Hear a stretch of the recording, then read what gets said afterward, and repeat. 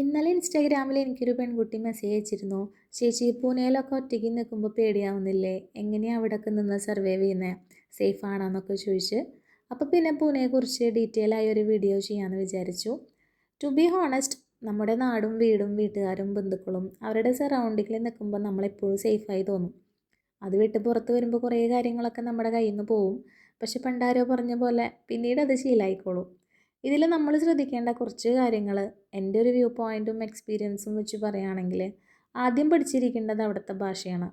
നോർത്തിൽ വന്നാൽ ഹിന്ദി അറിഞ്ഞിരിക്കുക എന്നുള്ളത് വലിയൊരു പിടിവള്ളിയാണ്. അതറിഞ്ഞാൽ നമ്മൾ പകുതി രക്ഷപ്പെട്ടു. നമ്മൾ എവിടെയെങ്കിലും തനിച്ചായി പോയാലോ ഒറ്റയ്ക്ക് നിൽക്കേണ്ട സാഹചര്യം വന്നാലോ ഭാഷ ഇല്ലയെന്നുണ്ടെങ്കിൽ അവിടെ തീർന്നു നമ്മൾ. 2019 ഞാൻ ആദ്യം പൂനെയിൽ വരുന്നത്. അതെൻ്റെ ലൈഫിൽ ആദ്യത്തെ ജോലിയായിരുന്നു. ഒരു ഹിന്ദി സിനിമ പോലും മുഴുവൻ കാണാത്ത ഞാൻ പൂനെയിൽ വന്ന അവസ്ഥ പിന്നെ എടുത്ത് പറയേണ്ട കാര്യമില്ലല്ലോ. സിംഹത്തിൻ്റെ മടയിൽ പെട്ട പോലെ ഒരു അവസ്ഥയായിരുന്നു എൻ്റെ ആദ്യത്തെ ജോലി. ഇവിടെ തന്നെ ഏറ്റവും പ്രഷറുള്ള സെയിൽസ് പ്രോസസ്സിലാണ് ഞാൻ ജോയിൻ ചെയ്തത്.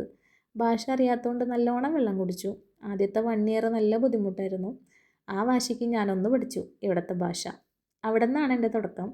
അപ്പോഴാണ് ഞാനൊരു കാര്യം മനസ്സിലാക്കിയത്, ചില ഭാഷകളൊക്കെ നല്ലതാണെന്ന്.